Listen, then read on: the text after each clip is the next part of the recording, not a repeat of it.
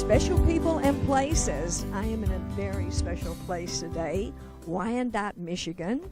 We are in town this weekend for our 55th high school reunion. This is where I went to high school, graduated in 1960. Also, my husband Larry went to high school here, as well as his twin brother Terry. Dream, dream, dream, when I feel blue in the night, and I need you to hold me tight whenever I want you. All I have to Down there, the building where they have recitals and all kinds of things, special occasions and things, have parties, and always, you know, the Boblo boat came in here. You take that out. Did it actually Well, when land here? Yep, it came here and picked up picked passengers and took you on over to Boblo. Well, when Boblo's not first here started- anymore. It's been built up. I think there's some homes and things there now. Oh, I'll bet. So, but they built a nice dock anyway. People can go out there and fish if they want to and things like that. Now, in your early memory, and that would be before 1950, that building, the American Legion building, was there? Yes. And they had all kinds of parties, you know, holiday times. They were always hooping and hollering. Well, I remember the great parades here, the Oh, 4th of July parades. Definitely. That was the best. You had big parades here. Of course, you had one sister, Betty. Yes.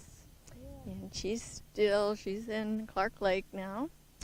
And so we just came over here this afternoon and was reminiscing too, you know, about what we did and where we went and played in the playground here and everything. At the other end of Van Alstyne? At the other end of Van Alstyne was where we lived, and we could ride our bikes or roller skate all the way down. And at the opposite end, we'd go behind the hospital in wintertime and do all our Ice skating. Yes, Burl Slip. We were at the home of very good friends, Chris and Harry Lance. And Harry and Terry and Larry grew up together. And Larry wanted us to get on tape the story about how you could get beer. Well, it wasn't hard at all, because at the time you called the corner beer store and ordered your beer. And my mother and dad did that all the time, so I knew what the story was, how you did it. So I just got on the phone and called and ordered a case of beer. And they brought it to the door, and I handed them the money, and they handed the beer in, and that was that. And they've done it before, so there was no questioning why or how are you getting beer when you're so young. That wasn't a question, because I'd done it many times before. Okay. So. But Larry seemed to remember one time your mom and dad came home early. Well, yeah, there was one time we were leaving. All of us had decided to leave for the night, and we were heading up the steps out of the basement. And just as I was halfway up the steps, my mother and dad opened the door and walked in. And they weren't supposed to be home for a couple of more hours. So I didn't know what to do. I saw them come in, and somebody was behind me. I forget whether it was Larry or Terry, but one of them was behind me carrying the case of beer. And I just put my hand behind me and pushed on the case of beer and pushed that person backwards so they wouldn't be seen by my mother and dad. And then I ran up and got my mother and dad and took them up in the kitchen. And while I was talking to them, I forget what I had to say to them, then they took the beer out the back door and went to the car, and it was that simple, and never did get caught. Can't add any more to that. No. We never did get caught. Never got caught. Never did. No, it was just that simple. Oh my goodness. No showing ID, no anything. No, nothing. No, it was just a corner store that always did that. It was one of their services. Yeah, and Wyandotte had all these party stores. All over the place. Almost every corner had a store on it. And this store happened to deliver beer if you called and ordered, and we had done that many times before, or my dad had done that many times before, and I picked it up many times at the store, at the door.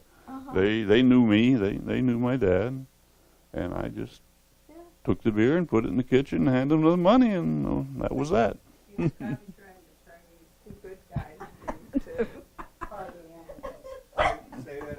I said he was probably trying to turn you two good guys into party animals. Wait, I'd have to think about who the good guys were here. But What years is Chrysler? 68 Chrysler 300. You look at Dennis. Oh, yeah.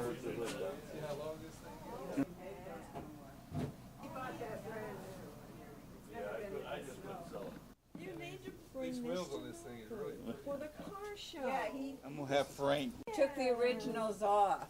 Larry, he needs He to bring said that the to wheels the on car that's show. really pretty. I said, yeah, 'cause he took the originals off and bought new ones. That's it, Terry, if you can get into it. Well, I've never heard of that color. Hey, give him the keys, okay? Harry, give him the keys. He'll bring it right back, won't you, Terry? It's a nice riding car. But now when with riding in these, when you get in this, you feel like you're sitting on the ground. That is so nice. How many miles are on this Cadillac, Harry? 60,000. Oh, is that all? 60. That's hardly 80 miles. And this one's only got 102 on it. Talking to Harold Felty, one of our great classmates. Harold, you had an interesting day at Roosevelt that probably no one else has experienced. Tell us a little bit about that. Okay, well, it started one morning when I was in Mrs. Halstead's chemistry class, and we were in a lecture hall, not in a lab. And she was writing some formulas on the board, and she made an obvious mistake. But she sent me down to the office. So I had to go down and see Mr. Whitney, our esteemed principal. And apparently there must have been a phone link between the classrooms and the office, because when I got there, he said, Mrs. Halstead told me what you did. And I hate to tell you this, but you're suspended. You have to bring your mother in tomorrow before you can re-enter school. He didn't even ask you your side of it? No, he didn't. He didn't. And I thought it was very unfair. It was. So he said, well, you can go back to class, but you can't come back tomorrow unless your mother is with you, or my father. And of course, back in those days, the mother was home usually, and the father was at work, so it ended up being my mother. So he sent me back to class, and later in the afternoon, I don't remember what class I was in, but I got called back to the office. What'd you do that I time? was pretty nervous, wondering, okay, now what? And as it turns out, I walked in the office, and I saw Eugene Che and Marianne Lucas. And I started thinking, I wonder what this is about. And Mr. Whitney said, well, I have you three down here because the Y News wants to take your picture, and I wanted to let you know, Harold, that you've just been named valedictorian of the class. That's how you found out? Valedictorian, and Marianne, you're third high.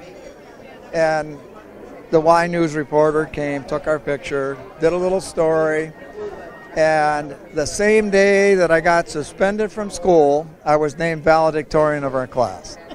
I don't think that has happened.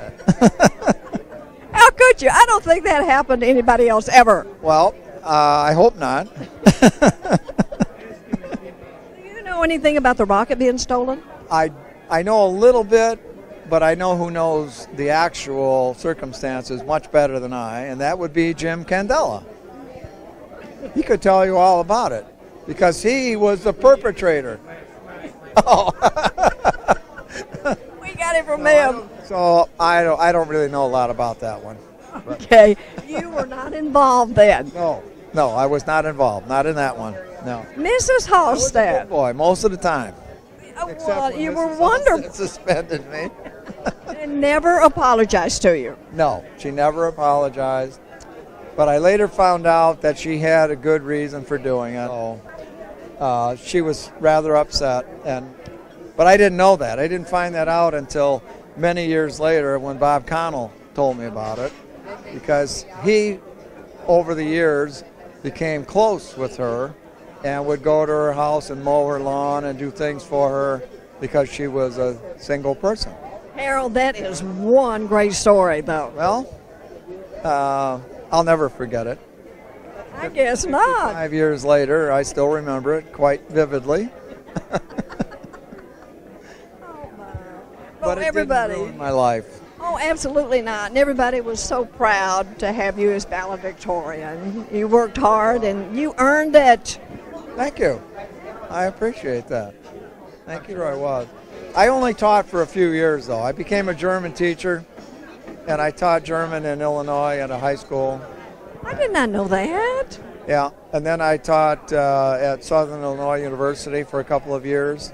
I was teaching German there. I was actually teaching a couple of graduate classes. Goodness, Harold. Teaching.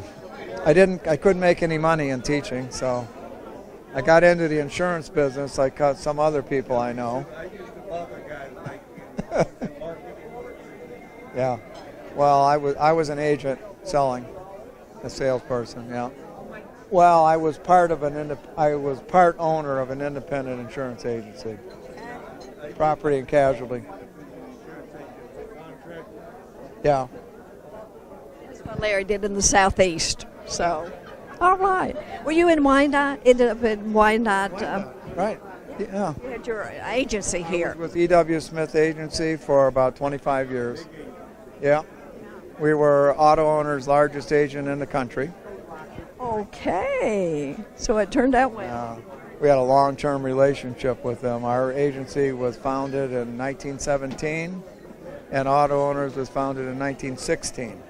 So we were one of their first agents, very early. And they still are Auto Owners' largest agent, although I retired from there in 98. I retired early. I am so happy to see Howard Baxter here, and Howard, introduce us to this lovely lady right here. This is my lovely wife, Mary Ellen. Hi, nice to see you. We've been married about 9 years now, I think, right? Yes. 9 years, yeah. 5 years. Nine. 9 years. Do you have any memories from high school that you could share with us, or a funny story? When I was in high school on my senior year, we had an exchange student, Guido Clemente. Oh, yes. Guido lived with us, and one of the funny stories was that when Guido first came, he kept looking at me throwing my clothes down this chute, and he thought we were really, really wealthy, and that I only wore my clothes once and then I threw them away. And I had to explain to him that my mother is down there washing the clothes and sweating, that we have no maids like they have in Italy, that we all do our own work here. And so that changed things. But Mary Ellen's met Guido, and we've enjoyed a lot of wonderful time in Italy, and we go over to Italy every year, practically. Visit Guido? Every year. No, in fact, Guido married us in Florence. Oh, really? He got himself named mayor for the day, and we were married in Town Hall in Florence, and he officiated, and then Guido and Amelia went on our honeymoon with us, too. This is correct. This is absolutely correct. And we're driving around, and Guido says, I've got this wonderful place. It's really cool, and we're driving around, and there's no roads anywhere. And he says, there's the road right there. And it starts going up, and it winds around a little bit, ends up at this castle up here at the top of the hill. And we're in these rooms, and it's all velvet carpeted, or some velvet curtains. Red velvet walls. Yeah. And we were the only 4 people staying in the castle. And so we sat at this huge baronial table for dinner that night. And so the table was probably about 50 feet long. And then the 4 of us were sort of huddled around the table, eating the most wonderful pork I've ever tasted in my life. Yeah, absolutely. It's a great Absolutely. Place. such a good time with them. But It is so funny, but Guido, that was the foreign exchange student. right, Guido's the foreign exchange student. He spent all this time talking to the girls down the street from me, down the street from Janie McCall and Burkhardt's and stuff. But yeah, Guido was a lot of fun. He's probably the major influence in my life, and the best relationship I've ever had. He Extraordinary, that bond. he went on to. He was the cultural representative of Florence. He was a world authority in ancient Roman history. He moves art all over the world, and I've met Guido in China, in Beijing, for the opera there. He put on the Turned Out Opera, and then there was another time where I was down in Buenos Aires and Rio with him when he was moving art down in that area.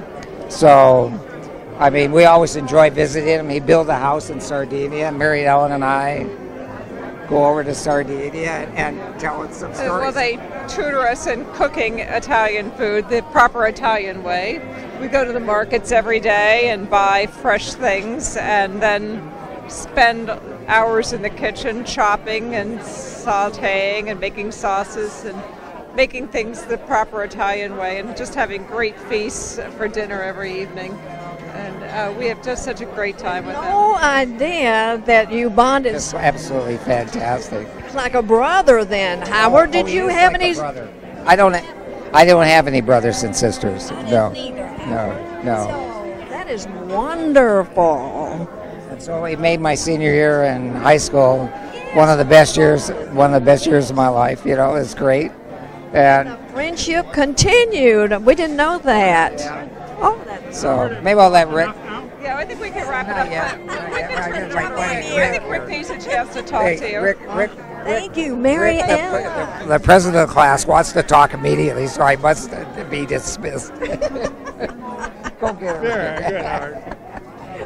That's right. That's right. How Rick are you? Maybar. Wonderful. Very good. Rick, do you have any special memories Well, or some funny story? A good story about Howard, who was just here. Oh, Howard. Howard and I were very good buddies, along with Tom Osmus, who died last year.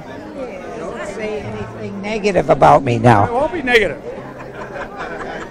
It's very positive. But I dated Nancy Mendel. And Howard would like to do pranks. And my parents had a 1956 Packard, which would have levelizers on it. So one night when I was at Nancy's, he came over, jacked the car up, put it on blocks, the car leveled off, and when I went to leave, the car's tires were not on the ground. They wouldn't go. So I had to jack up all the tires and take the blocks out. And on another occasion, he filled the car up with newspapers. Wrinkled up newspapers. Stuffed them in the car? Yeah, the whole car was filled with newspapers. But anyway, that was Howard, this little guy that was here. I didn't know he would do pranks like that. Yeah, he was very good at that. But I guess that's why we've stayed good friends. Oh, But my. Roosevelt was a good time. It was fun to be president of the class. And so, That, Rick, honestly, you know, Wyandotte was such a wonderful place to grow up, and in the 50s it was a wonderful time, wasn't it? yep, it was very good. We were so fortunate. What a wonderful childhood. Very good. And I ended up being an orthopedic surgeon, and I've had a wonderful life. That's right. Your father was a doctor, too, wasn't he? And my father-in-law was a doctor here in town, Dr. McCall. Oh, I didn't realize that. And so, yeah, life was very good. We had a good time. And we got to use the river back when the river was not very nice, but we used the river.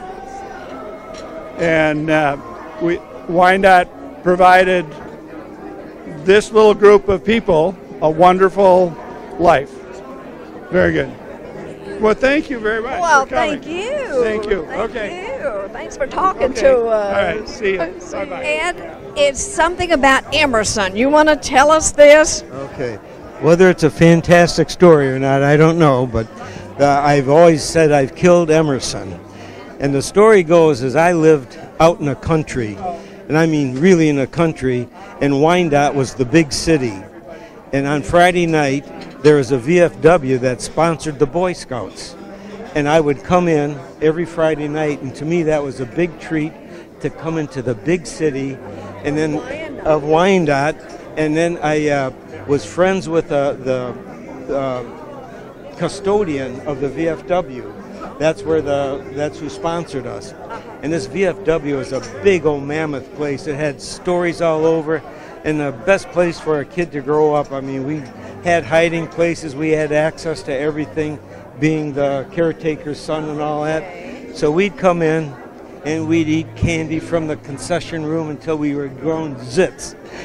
But anyways, the story is every year on the 4th of July, the VFW threw a big party for all the people that participated in the parade.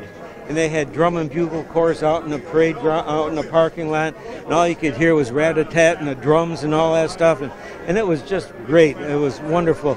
And it was free beer, free hot dogs, free hamburgers, all the stuff for the people that were in there. And of course, me being there, I got all that stuff free.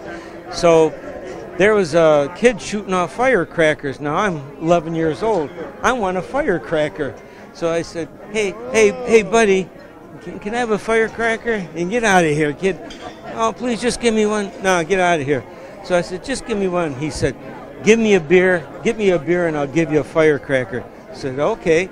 So I went in a parking lot, and I found empty bottles and poured them in a glass, and what was left in these bottles. And I bring him a beer.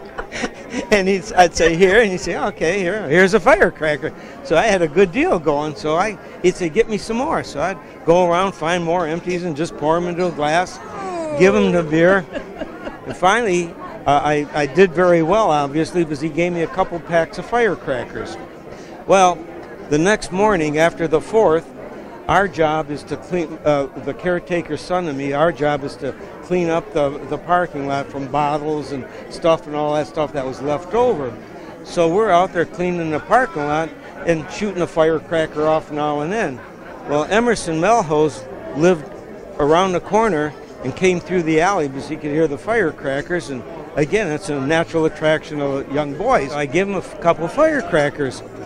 Well, he stuffs them in his back pocket, and I didn't think anything about it. And he bends over to light a firecracker, and I look, and lo and behold, those firecrackers are hanging out of his pocket with a wick hanging out. And it was like waving a red flag in front of a bull. So I touched it off with my cigarette. And we didn't smoke, we just used them to light them with. So and wham! I mean, it blew his pocket right off. And it just tore it, shredded it. And Emerson's running around the parking lot, slapping his butt, going, and he's screaming and yelling. And all of a sudden, the pain obviously subsides or something. And he looks at me, and his eyes are just filled with blood and rage. And I knew, oh, he's after me now. So I started running, and I run inside the bar, and he's chasing me around the bar, chasing kind of like Little Sambo, you know. So as I'm running around the bar, I see a bottle, so I grab it, and I go like that, and he realizes I'm going to throw the bottle at him. So he starts running, and I threw this bottle, and man, it caught him right in the back, flat in the back of the head, and he went down for the count. Oh, no. And I went down, I said, oh my God, he's dead. So I went and got Lehman, and I said, Lehman, I killed Emerson. He said, where? Come out in the bar. So he looks at him, he says, oh, he's not dead. I said, I think he is. He says, come on, we'll go get some aspirin. So we went to the apartment, poured a whole bottle of aspirin in a glass, filled it with water. If we didn't kill Emerson before, we're surely going to do it now, thinking we're helping him, you know? So we come back, and Emerson's gone, not there. And I said, oh no. Emerson drug his body away someplace, and he's died. He just died, and we'll never find. We looked all over for Emerson, and the days wearing on, and here I'm at 11 years old. I'm thinking I'm going to jail. I killed a kid. I killed somebody, and I mean it was the worst hours of my day. I couldn't. Finally, I says to Lehman about 4 o'clock. I said, Lehman, I got to turn myself in. I can't take it. my parents are they're going to be mad at me. Oh. So I went over and knocked on the door of Emerson's house, and his mother opens up the screen door, and tears are streaming down my eyes. I said, I killed Emerson. And she said, what? I said, I killed Emerson. And she goes, no, you didn't. I said, I didn't? She says, he's in there laying on the couch. And she held the screen door open, and I peeked in, and there's Emerson. He lifts himself up and looks around the corner, and like a ton was lifted off my shoulders. And his mother said to me, you know, and I do not blame you. She said, I told him not to go over there because when boys get together, boys will be boys. And I just wanted to go to Emerson and it's your fault. So that was my story of killing Emerson. I mean, seriously, you thought you killed that kid. I actually did. I really did. What? And I thought he, crawled away to die. Now, was he older or younger than you, Ed? Our age. He was our age. Same age. Yeah, close. Yeah, I mean, maybe a year or so, but basically our age. And he was just kind of, he was a nice kid. So. Anyways, that's my story. And do you remember somebody having one of those small little cars, the Isetta? There was something, and I can't get the story, that maybe some boys put it in an elevator. Oh, what? A little Isetta. You know those little tiny. Oh, yeah, the 3-wheel cars? No, I don't remember that. So, Thank you. Hope you enjoyed that. I've heard a lot about that, and I couldn't wait to hear it. I mean, seriously, you thought you killed that child. I did. I really did. So glad you did. Well, thank you for letting me share that with you. I don't want to either, trust me. It was the best day of my life. That was great, Ed. Good That job. was great. Take care. Because here we are, we'd like to see everybody, but everybody's so busy before the night's over. Half the people we won't Goes see. too So fast. we want to be able to say, hey, oh, you were there, oh, you were, and then you could just videotape them or something, you know. I was going to tell you a story. It wasn't out of high school, but I can't think of it right now. But when I was a kid, a little one, my dad said to me, because my mom was in Now, America. you grew up in Wyandotte, I Gino? was born in Sicily. And my mom was over here waiting, making some money to get us over. And so my dad said to me, he says, I was only 6 years old. He says, now don't go to your grandfather's farm because you got to cross that big highway. And it's dangerous. I said, okay, Dad. So I'm sitting at home and my friend comes over. Franco, let's go by your grandpa's. I said, okay. Forgot, right? So we go there, come back. My dad said, where you been? Grandpa's. Forgot, right? Didn't I tell you not to go? I said, oh, I forgot. And he kicked me. He was running and chasing me, kicking me in the rear, smacking me back the head, and never missed a beat. And I'm screaming, ah! But it was so funny. Now I think about it. Every time I tell it, I got to laugh because here's the guy screaming, the guy kicking me, never missed a beat. And they thought it was a musical or something on there. But anyways, in Roosevelt was like the precious years of my life because you went from a bicycle to a car, from not looking at girls to dating them. It was the biggest time, but the kids represented the most special because the kids you met there, the friends you made, just like you never forget them. Every time a reunion comes up, I think, man, I can't wait to see that precious part of my life that's buried in my brain. I want to bring it back out. And when I see all you guys, it's like, oh, man, the family. It's like Italian, the family, right? It's a family. That's why we're happy when we're here. Yes, Gino. Margaret, well, hey, congratulate you on your radio station. I want to hear more about it when you guys go back. Send me some info, and maybe you can do interviews on that. Anyways, God bless you. Thank you. Thank Thank you you, so much. Gino. And you're just as beautiful as ever. I have a sharp couple here, always from high school, and still are. Joyce Gangwer went to grade school with you, Washington, and she married Dale Pillett. Yeah. Do you have any special memory from Roosevelt? Last year we were there, somewhere from fall to January.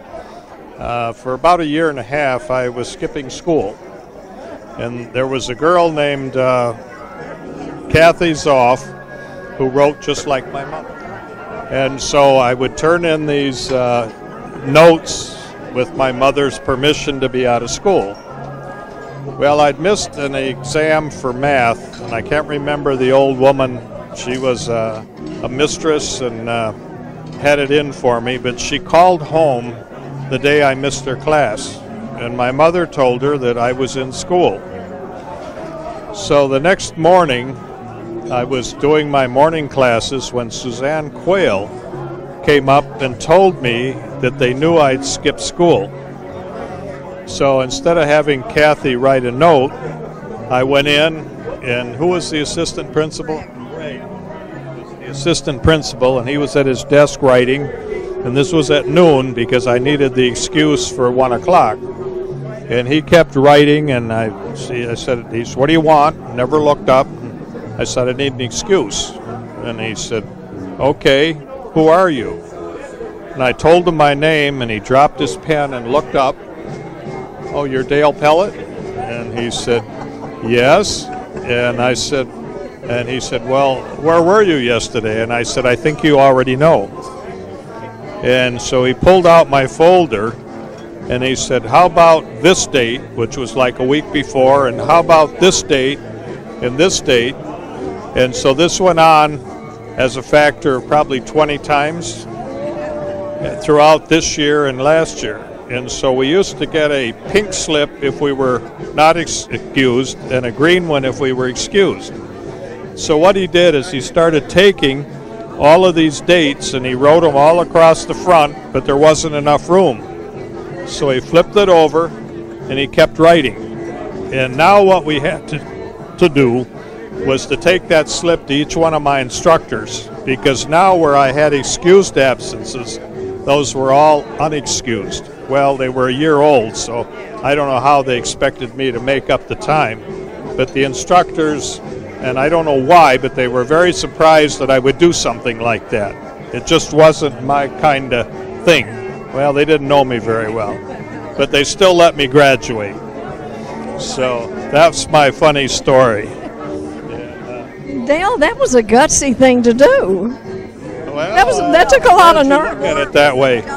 Everybody told me how stupid I was, but I have to thank you for the kind words.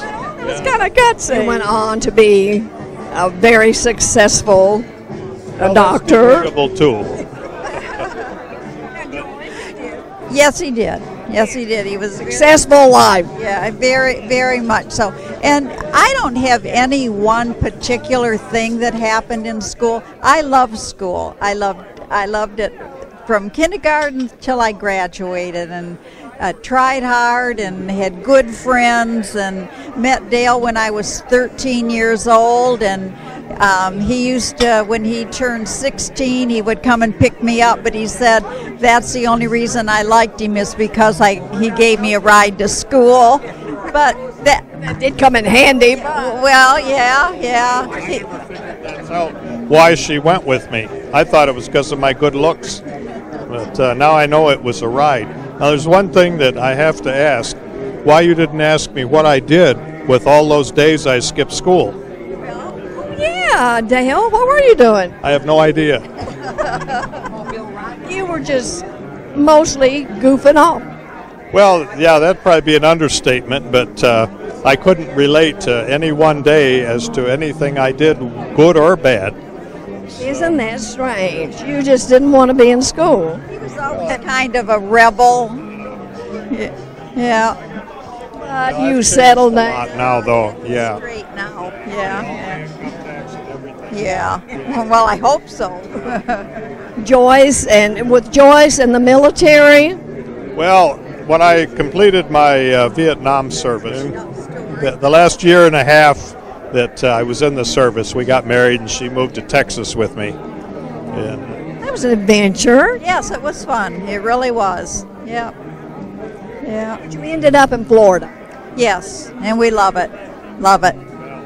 We left Texas and came back to Michigan, and that's where I attended dental school.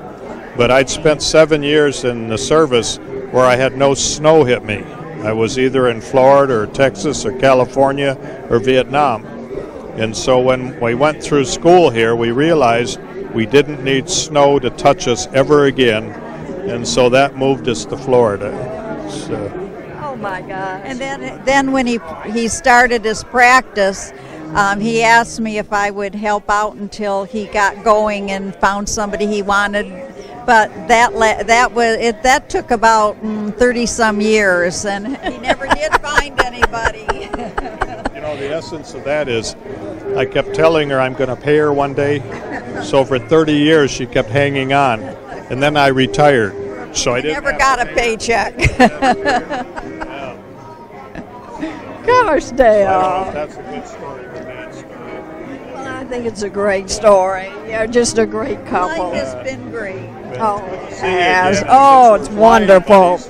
Yeah. But how long ago did you quit flying? Retired in 2011. Where were your domiciles? Oh, in Miami and You never came to see us. know where you were. Fort Myers. Well, of course, I just flew in to go to work, and then when I come back, go home. Yeah. Yep. And you're retired now. Yeah. Yeah. I quit the day he sold his practice, and they signed the paperwork. I was out and never looked back. I'd had it. So I had to make all the house payments and car payments and buy the food. And now we don't eat or ride cars, or we're going to be evicted shortly. So that's what working does. Not working. I don't think so either. Oh my gosh. You know, You two are awesome. Two times we're being filmed here. Yeah. Marcia Thompson, so good to see you, darling. You're looking so good. Sweaty too. Get on the dance floor at this age. What do you want? And so, yes, what can I help you? Where do you live now? I live in Vicksburg, Michigan, which is just below Kalamazoo.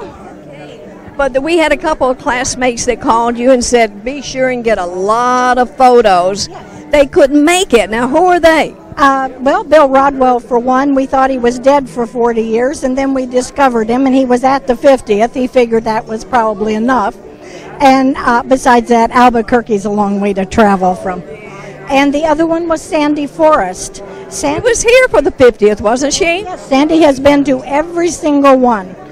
And so I have no idea she didn't go into particulars. But she said, Marcy, take pictures. I don't care how bad they are, take them anyway.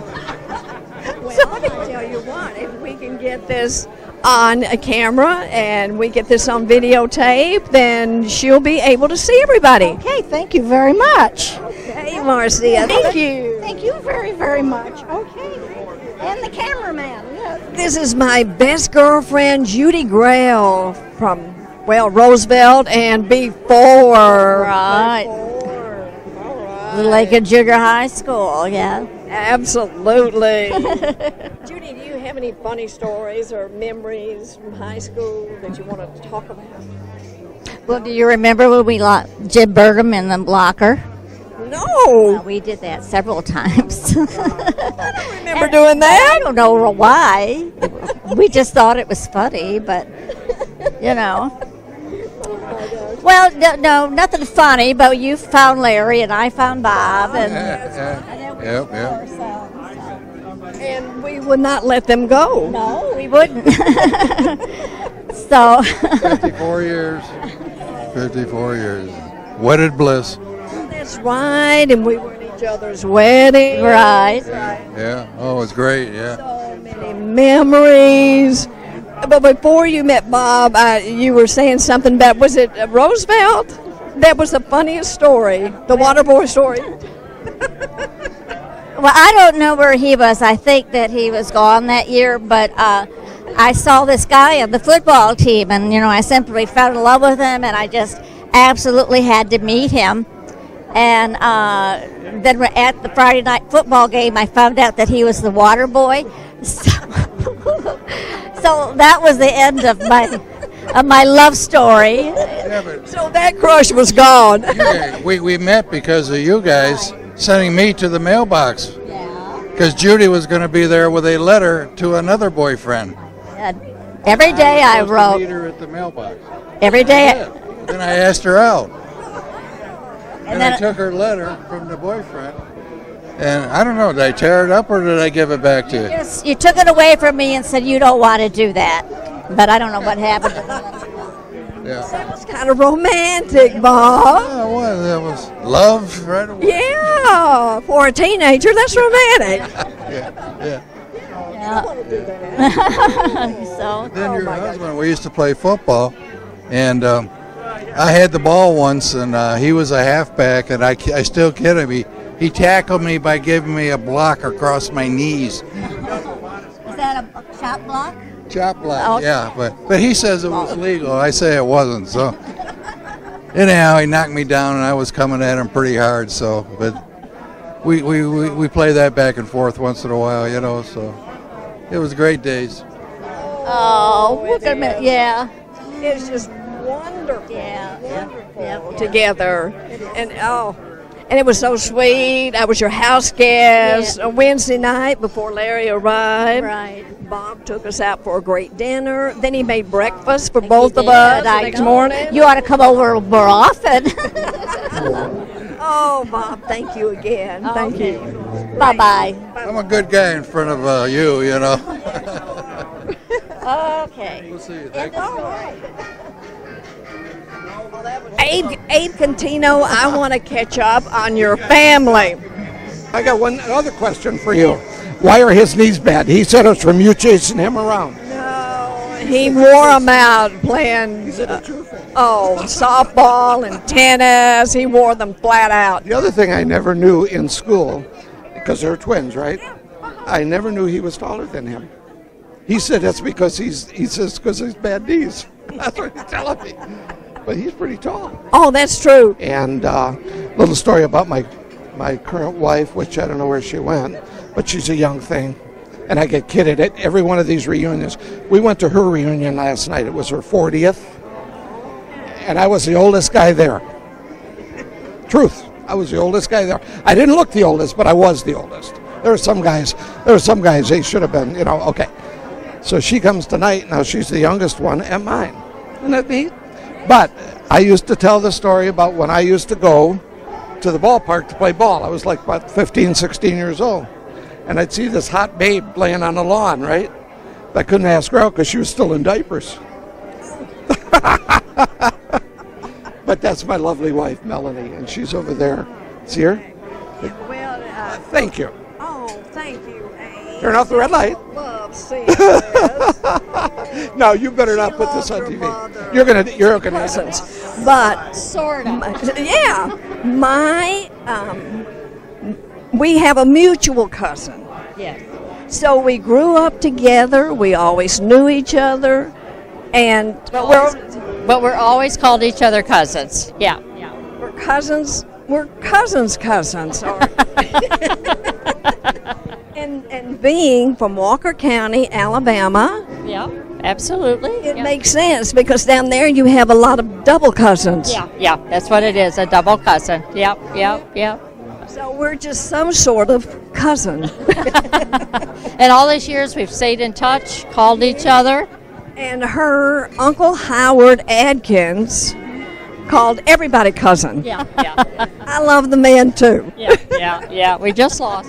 Now, we were going to tell something about a birthday party. Oh, the fondest memory I have of when I was about turning my 16th birthday.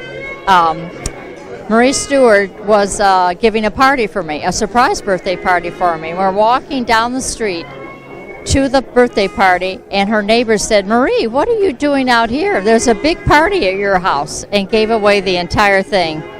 Well, this poor elderly couple for the next 20 years apologized every time they saw Marie for spoiling the birthday party. So it was kind of funny. Yeah. It was a surprise. But, we were talking, wasn't Wyandotte a wonderful place to grow up?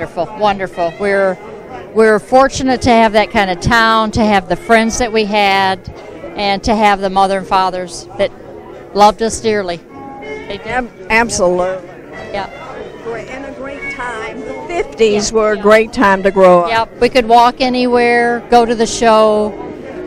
Take the bus. Yeah, be gone all day, and Mom had no fear of anything happening to us. So great. Yeah. It was a wonderful time and place to grow up. And it's good to see Wyandotte still be that city.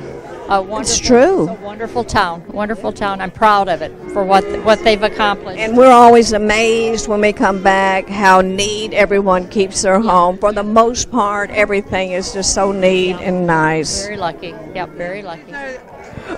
Do you know? Yes, absolutely. That's right. That's right. Marie Stewart, Mel Wallace, and Jeanette Hood. Yes. Wonderful. Absolutely wonderful.